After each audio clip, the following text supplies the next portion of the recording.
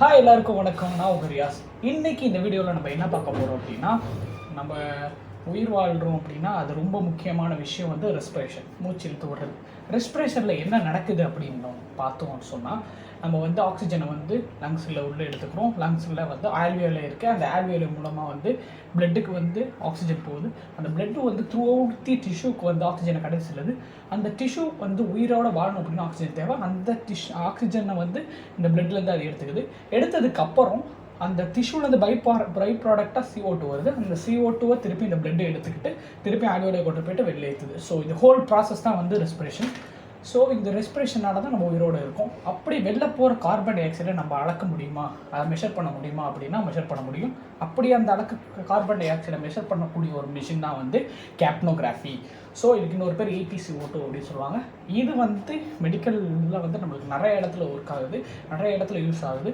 So அப்படிப்பட்ட கேப்னோகிராஃபியை பற்றி இந்த வீடியோவில் பார்ப்போம். அதுக்கு முன்னாடி லெட்ஸ் இன்ட்ரோ.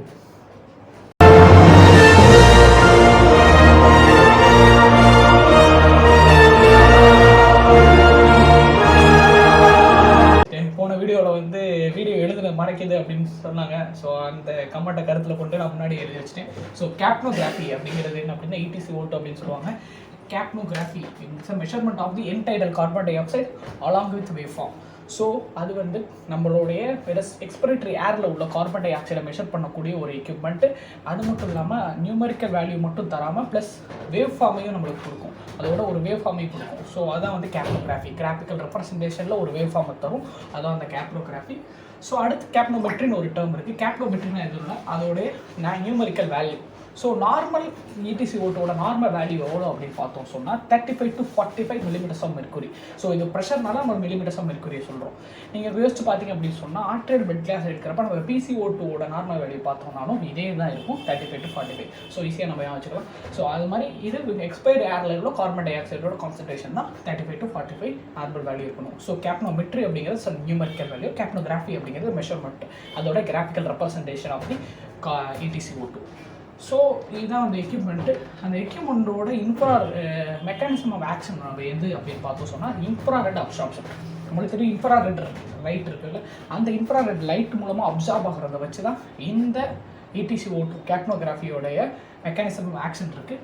ஸோ நம்ம பார்த்தோம் அப்படின்னு சொன்னால் இங்கே பார்த்தீங்க அப்படின்னா ஃபஸ்ட்டு இங்கே இருக்கிறது வந்து IR சோர்ஸ், அதாவது இன்ஃப்ராரெட் கொடுக்கக்கூடிய ஒரு சோர்ஸு IR சோர்ஸு.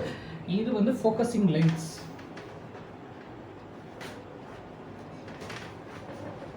இந்த IR சோர்ஸ்லேருந்து நம்மளுக்கு வந்து இன்ஃப்ராரெட் ரேஸ் வருது. இந்த ஃபோக்கஸிங் லென்ஸ் வழியாக ஃபோக்கஸ் பண்ணி இது வந்து IR ஃபில்ட்ரு, தேவையில்லாத விஷயத்தெல்லாம் ஃபில்ட்ரு பண்ணிடும். அந்த IRல இருக்கக்கூடிய தேவையில்லாத விஷயங்களை ஃபில்ட்ரு பண்ணி இது சாம்பிள் சேம்பர். ஸோ சாம்பிள் சேம்பரில் இது இருக்கிற CO2 மாலிகுல்ஸ் வழியாக உள்ளே போகுது நம்மளுடைய இந்த இன்ஃப்ராரெட் ரேஸ் போயிட்டு இங்கே ஒரு ஃபோக்கஸிங் லென்ஸ் இருக்குது, போயிட்டு இது டிடெக்டர். ஸோ டிடெக்ட் பண்ணி இங்கே மானிட்டரில் நம்மளுக்கு காட்டுது, ஒரு வேவ் ஃபார்ம் வருது காட்டுது. ஸோ இந்த மெக்கானிசத்தோட அடிப்படையில் தான் இங்கே சாம்பிள் செல்லில் என்ன ஆகுது, சாம்பிள் சேம்பரில் வந்து கார்பன் டை ஆக்சைடு மாலிகுல் இன்ஃப்ராரெட்டால் அப்சார்ப் ஆகி அந்த அப்சார்ப் ஆனதை இந்த டிடெக்டர் மூலமாக டிடெக்ட் பண்ணுது. இது பேர் டிடெக்டர் மூலமாக எவ்வளோ % கான்சன்ட்ரேஷன் அப்சர்வ் ஆகிருக்கு அப்படிங்கிறத டிடெக்ட் பண்ணி காட்டி அதை நம்மளுக்கு மானிட்டரில் நம்மளுக்கு வேவ் ஃபார்மாக காட்டுது. ப்ளஸ் நியூமெரிக்கல் வேல்யூவும் காட்டும், 35 millimeters அப்படிங்கிற ஒரு நியூமெரிக்கல் வேல்யூவாகவும் காட்டும். ஸோ இதனால இந்த மாதிரியான ஒரு மெக்கானிசம் ஆக்ஷனில் தான் இந்த கேப்னோகிராஃபி வந்து செயல்படுது. இந்த கேப்னோகிராஃபியில் 2 types ஆஃப் கேப்னோகிராஃபி இருக்குது. அதோடைய இருக்கக்கூடிய இடத்த பொறுத்து 2ஆக பிரிக்கலாம். ஒன்று வந்து சைட் ஸ்ட்ரீம் கேப்னோகிராஃபி, இன்னொன்று main stream capnography. Side stream கேப்னோகிராஃபி அப்படிங்கிறது என்ன அப்படின்னா, நம்ம இன்டிபேட் பண்ணியிருக்க பேஷண்ட்லேருந்து இது எப்போதுமே வந்து ஒரு இன்டிபேஷன் பேஷண்ட்டுக்கு தான் நம்ம வந்து இதை கார்பன் டை ஆக்சைடை கண்டுபிடிக்க முடியும், APCO2 கண்டுபிடிக்க முடியும். ஏன்னா அது ET டியூப் மவுண்ட்டில் கனெக்ட் பண்ண முடியும்.